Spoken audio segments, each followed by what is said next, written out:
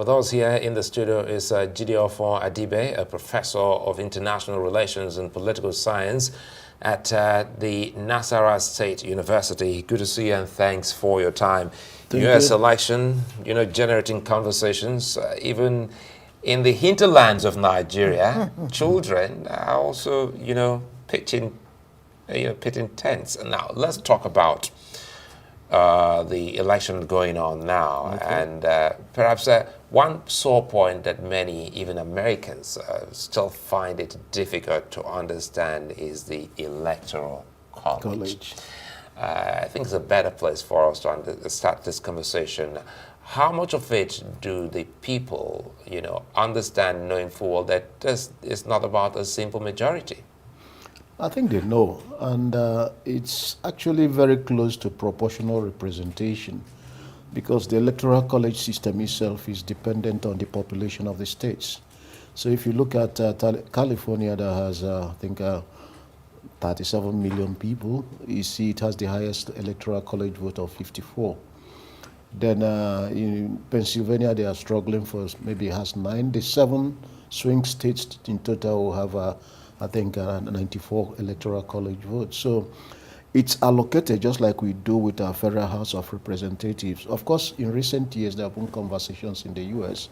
on whether they should move to popular votes.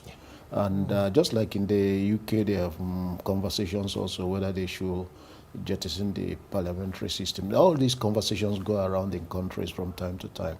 But I think the politicians understand it, and they know it's not. In 2000, Gore won the popular vote and still lost the election. In 2016, Hillary Clinton won the popular vote and still lost. So it's their peculiarity, and I think it's part of their own political traditions. Very interesting tradition too. Now let's talk about the rhetoric so far, especially in the dying days of the campaign. What Trump's messaging has persistently been, and Harris seeming to sound a bit more conciliatory. But more importantly, whoever comes tops, why should we care about who wins this election? What would it mean for Nigeria? I think it's obvious that America is a dominant power for now. I mean, dominant in the sense is, some people have challenged the idea whether we should call it, a unipolar. Some people have said there are other forces around. In fact, if you look at the BRICS and Russia, the whole idea of BRICS is actually to create a multipolar world. Yeah. I've heard people say, well, Trump will be very isolationist, but also embeds in it opportunities for Nigeria and African countries. He has what they call Make America Great Again. At the same time, there's what is called Truman Doctrine in the U.S., which came in 1947, which simply says it is part of American foreign policy that anytime you see then Soviet Union expanding, it becomes an article of faith that you should contain it. Contain the expansion. So increasingly, since Putin from 2000, and Putin started to research power on the global political ecosystem, there have also been moves to contain Russian power. And in fact, some of us believe, if you follow that Truman Doctrine, that the Ukraine war, they are turning it into Vietnam for Russia as part of the efforts to contain it. That's why it's been armed. So what is likely to happen is that if Trump wins, he's likely to ask NATO, take more responsibilities. He's even going to go into trade war with Europe, not just China. But how does it affect us? Now, because they are trying China's influence in Africa, they blamed it on the fact that America and the European powers, they took their eyes away from the ball. So China gained a foothold. So at the same time as they are fighting trade war, they're also trying to contain China and trying to contain Russia. So he's not likely, as much he would like to be isolationist, he cannot, because you still have to contain the rising power of China and Russia in Africa. So that's again presents some opportunities for us that I will be critical of multiple dependencies. Now I'm going to depend on Russia, depend on China for aid, but to be able to fashion out creative policies that will enable you to make the best out of their rivalries.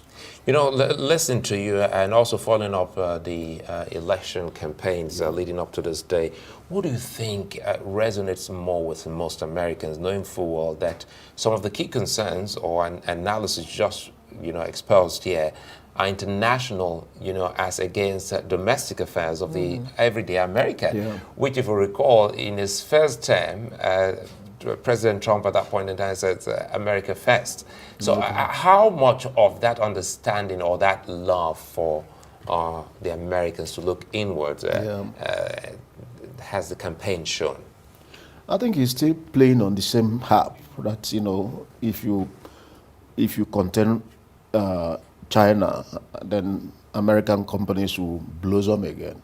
You bring back American companies that have gone to tax havens. That's one of the things. So there will be more prosperous. In fact, people believe economy was better under him. But then there are also extraneous factors like Ukraine war, which led to, you know, imported inflation across the world as a result of what we call the globalization of markets.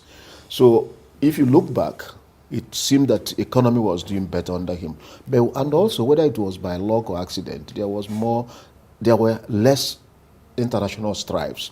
And people were believing that it was the force of his personality. That might be true or might not be true. But one thing that I find very exciting is, because it will be the first time, I mean, not first time, to deal with a woman and a woman of color, and they are so close in the polls, is something, both a benefit for Kamala Harris. It's also another thing called Bradley effect, where if you are running against a white candidate, there's also what they call social desirability bias. You don't want to be accused of racism, so even if you voted for, you say, no, I can't vote. It's socially undesirable to say you're supporting, you know, Trump. So we don't know. All we know is that if either Kamala Harris or Trump is being underrepresented in the poll by even 0.5%, the person wins. It will make a lot of difference. But now, sorry, just another thing that I found interesting in reading the recent thing is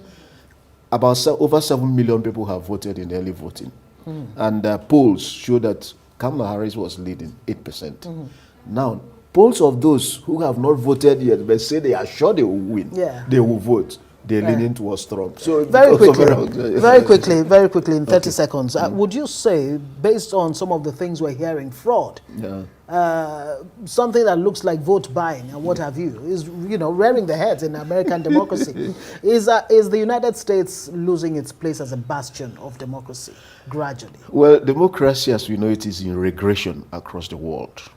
And it's not just in, if you look at Europe, right-wing rhetorics are being mainstreamed. But that is typical of Trump, who, you know, brought certain things that we never heard of before in this, you know, rigging and all those kind of, that you associate with our climb. But I think in the end, the institutions of American institutions are resilient enough. Right. That's a good place to leave it. Thank you so much. Jideofor Adibe is a professor of international relations and political science at Nasarawa State University. Thank you for joining us. Thank you.